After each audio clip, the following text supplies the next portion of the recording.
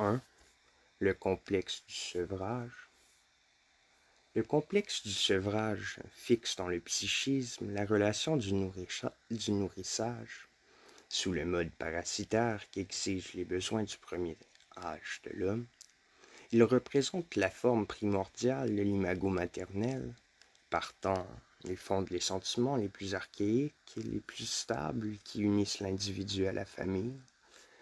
Nous touchons ici au complexe le plus primitif du développement psychique, à celui qui se compose avec tous les complexes ultérieurs.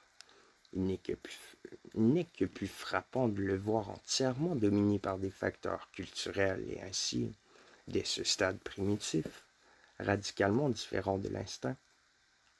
Il s'en rapproche pourtant par deux caractères. Le complexe du sevrage, d'une part, se produit avec des traits si généraux dans toute l'étendue de l'espèce qu'on peut le tenir pour générique. D'autre part, il représente dans le psychisme une fonction biologique exercée par un appareil anatomiquement différencié, la lactation. Aussi, comprend-on qu'on ait voulu rapporter à un instinct, même chez l'homme, les comportements fondamentaux qui lient la mère à l'enfant, mais c'est négliger un caractère essentiel de l'instinct. Sa régulation physiologique manifeste dans le fait que l'instinct maternel cesse d'agir chez l'animal quand la fin du nourrissage est accomplie. Chez l'homme, au contraire, c'est une régulation culturelle qui conditionne le sevrage. Elle y apparaît comme dominante, même si on le limite au cycle de la lactation, proprement dite, auquel répond pourtant la période physiologique de la glande commune à la classe des mammifères. Si la régulation qu'on observe en réalité n'apparaît comme nettement contre nature dans des pratiques arriérées, qui ne sont pas toutes en voie de désuétude, ce serait céder à une illusion grossière que de chercher dans la physiologie la base instinctive de ces règles, plus conformes à la nature, qu'imposées au sevrage, comme à l'ensemble des mœurs, l'idéal des cultures les plus avancées. En fait, le sevrage, par l'une quelconque des contingences opératoires qu'il comporte, est souvent un traumatisme psychique dont les effets individuels, anorexie dite mentale, toxicomanie par la bouche, névrose gastrique, révèlent leur cause à la psychanalyse. Traumatisant ou non, le sevrage laisse dans le psychisme humain la trace permanente de la relation biologique qui l'interrompt. Cette crise vitale se double en effet d'une crise du psychisme. La première, sans doute, dont la solution est une structure dialectique. Pour la première fois, semble-t-il, une tension vitale se résout en intention mentale. Par cette intention, le sevrage est accepté ou refusé. L'intention, certes, est fort élémentaire, puisqu'elle ne peut même puisqu'elle ne peut pas même être attribuée à un moi encore à l'état de rudiment. L'acceptation et le refus ne peuvent être conçus comme un choix, puisqu'en l'absence d'un moi qui affirme ou nie, ils ne sont pas contradictoires, mais pôles coexistants et contraires. Ils déterminent une attitude ambivalente par essence, quoique l'un d'eux y prévale. Cette ambivalence primordiale, lors des crises qui assurent la suite du développement, se résoudra en différenciation psychique d'un niveau dialectique de plus en plus élevé et d'une irréversibilité croissante. La prévalence originelle y changera plusieurs fois de sens et pourra de ce fait y subir des destinées très diverses. Elle s'y retrouvera pourtant dans le temps et dans le ton, à elle propre, qu'elle imposera et à ses crises et aux catégories nouvelles dont chacune dotera le vécu.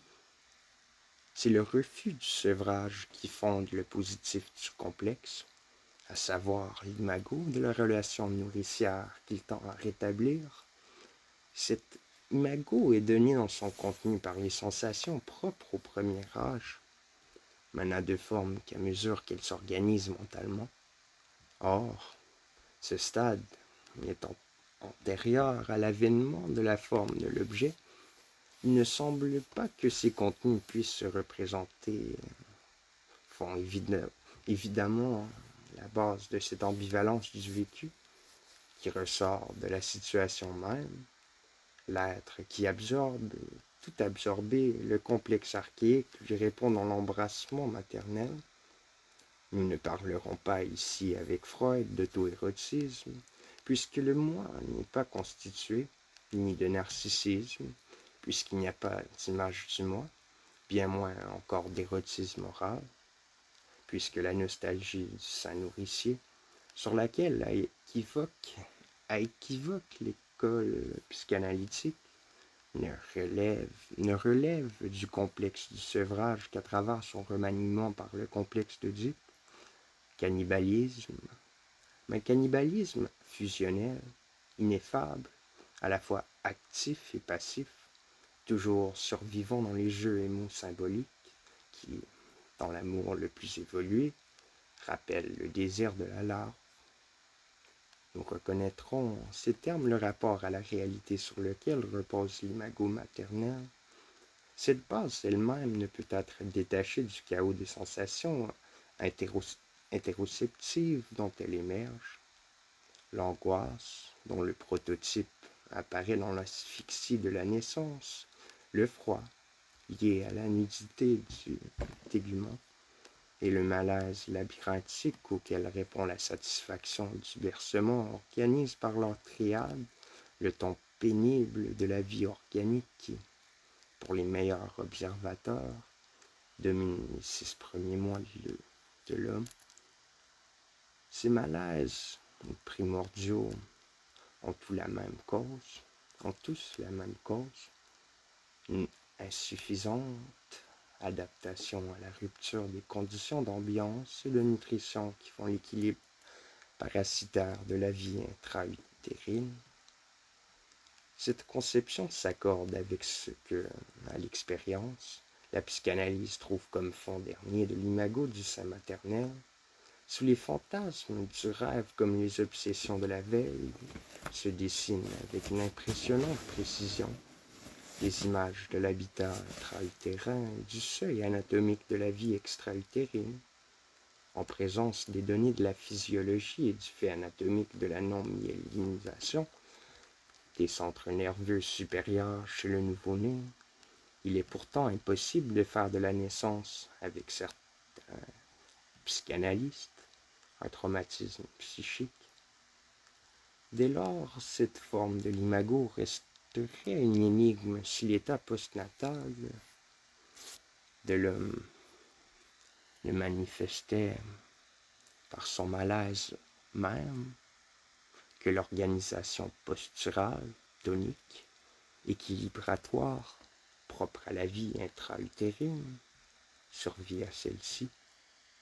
Il faut remarquer que le retard de la dentition et de la marche, un retard corrélatif de la plupart des appareils et des fonctions, détermine chez l'enfant une impuissance vitale totale qui dure au-delà des 2 premières années. Ce fait doit-il être tenu pour solidaire de ceux qui donnent au développement somatique ultérieur de l'homme son caractère d'exception par rapport aux animaux de sa classe, la durée de la période d'enfance et le retard de la puberté? Quoi qu'il en soit, il ne faut pas hésiter à reconnaître au premier âge une déficience biologique positive et à considérer l'homme comme un animal à naissance prématurée. Cette conception explique la généralité du complexe et qu'il soit indépendant des accidents de la lactation, celle-ci, sevrage au sens étroit, donne son expression psychique, la première et aussi la plus adéquate, à l'imago plus obscur d'un sevrage plus ancien, plus pénible et d'une plus grande ampleur vitale, celui qui, à la naissance, sépare l'enfant de la matrice, séparation prématurée d'où provient un malaise que nul soin maternel ne peut compenser. Rappelons en cet endroit un fait pédiatrique connu, l'arriération affective très spéciale qu'on observe chez les enfants nés avant terme.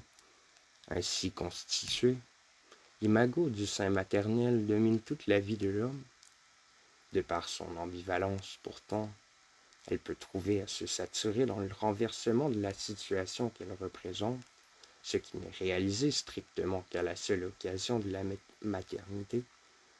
Dans l'allaitement, l'étreinte et la contemplation de l'enfant, la mère, en même temps, reçoit et satisfait le plus primitif de tous les désirs.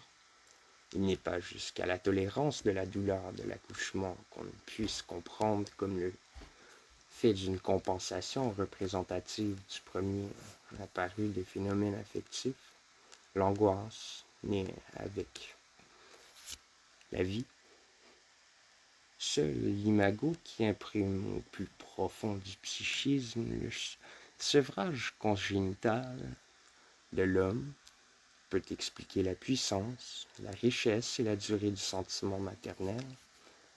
La réalisation de cet imago dans la conscience assure à la femme une satisfaction psychique privilégiée, cependant que ses effets dans la conduite de la mère préservent l'enfant de l'abandon qui lui serait fatal. En opposant le complexe à l'instinct, nous ne dénions pas au complexe tout fondement biologique et en le définissant par certains rapports idéaux, nous le relions pourtant à sa base matérielle. Cette base, c'est la fonction qu'il assure dans le groupe social, et ce fondement biologique, on le voit dans la dépendance vitale de l'individu par rapport au groupe, alors que l'instinct a un support organique qui n'est rien d'autre que la régulation de celui-ci dans une fonction vitale. Le complexe n'a qu'à l'occasion un rapport organique, quand il supplée à une insuffisance vitale par la régulation d'une fonction sociale. Tel est le cas du complexe du sevrage.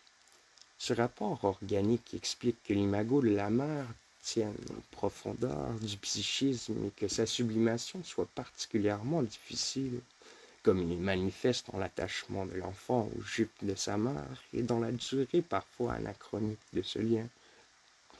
L'imago, pourtant, doit être sublimé pour que de nouveaux rapports s'introduisent avec le groupe social, pour que de nouveaux complexes les intègrent au psychisme, dans la mesure où elles résistent à ces exigences nouvelles, qui sont celles du progrès de la personnalité.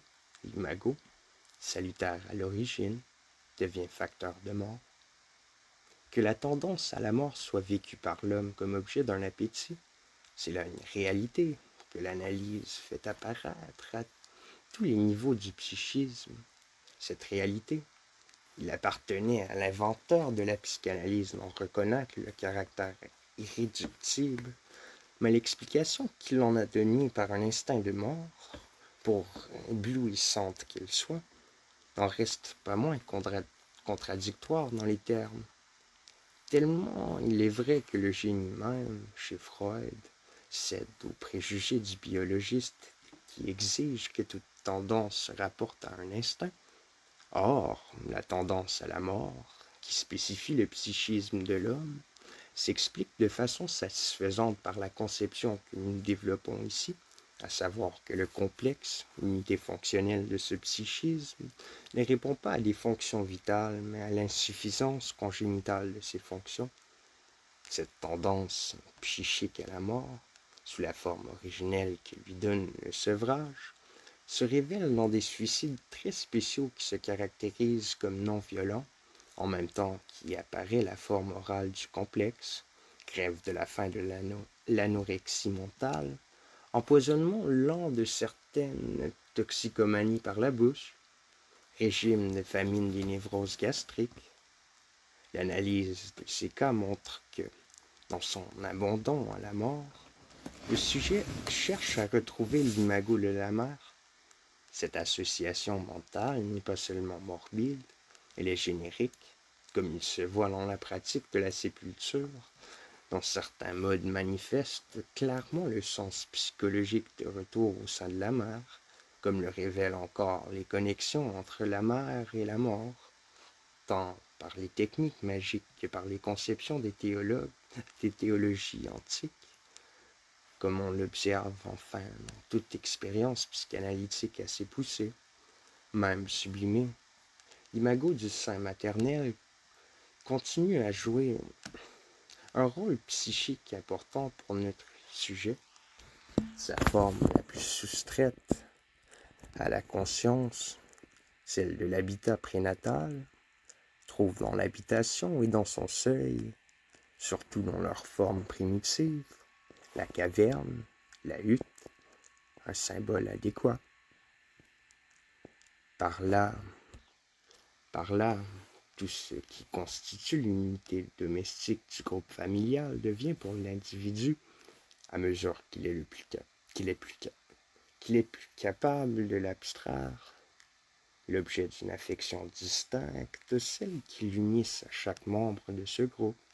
Par là encore, l'abandon des sécurités que comporte l'économie familiale à la portée d'une répétition du sevrage, et ce n'est le plus souvent qu'à cette occasion que le complexe est suffisamment liquidé. Tout retour, fût-il partiel, à ces sécurités, peut déclencher dans le psychisme des ruines sans proportion avec le bénéfice pratique de ce retour. Tout achèvement de la personnalité exige ce nouveau sevrage. Hegel formule que l'individu, qui ne lutte pas pour être reconnu hors du groupe familial, n'atteint jamais à la personnalité avant la mort. Le sens psychologique de cette thèse apparaîtra dans la suite de notre étude. En fait de dignité personnelle, ce n'est qu'à celle des entités nominales que la famille promeut l'individu, et elle ne le peut qu'à l'heure de la sépulture. La saturation du complexe fonde le sentiment maternel, sa sublimation contribue au sentiment familial, sa liquidation laisse des traces où on peut la reconnaître. C'est cette structure de l'imago qui reste à la base des progrès mentaux qui l'ont remanié. S'il fallait définir la forme la plus abstraite où on la retrouve, nous la caractériserions ainsi: une assimilation parfaite de la totalité à l'être. Sous cette formule d'aspect un peu philosophique, on reconnaîtra ces nostalgies de l'humanité, mirage métaphysique de l'harmonie universelle, abîme mystique de la fusion affective, utopie sociale d'une tutelle totalitaire, toute sortie de la hantise du paradis perdu devant la naissance et de la plus obscure aspiration à la mort.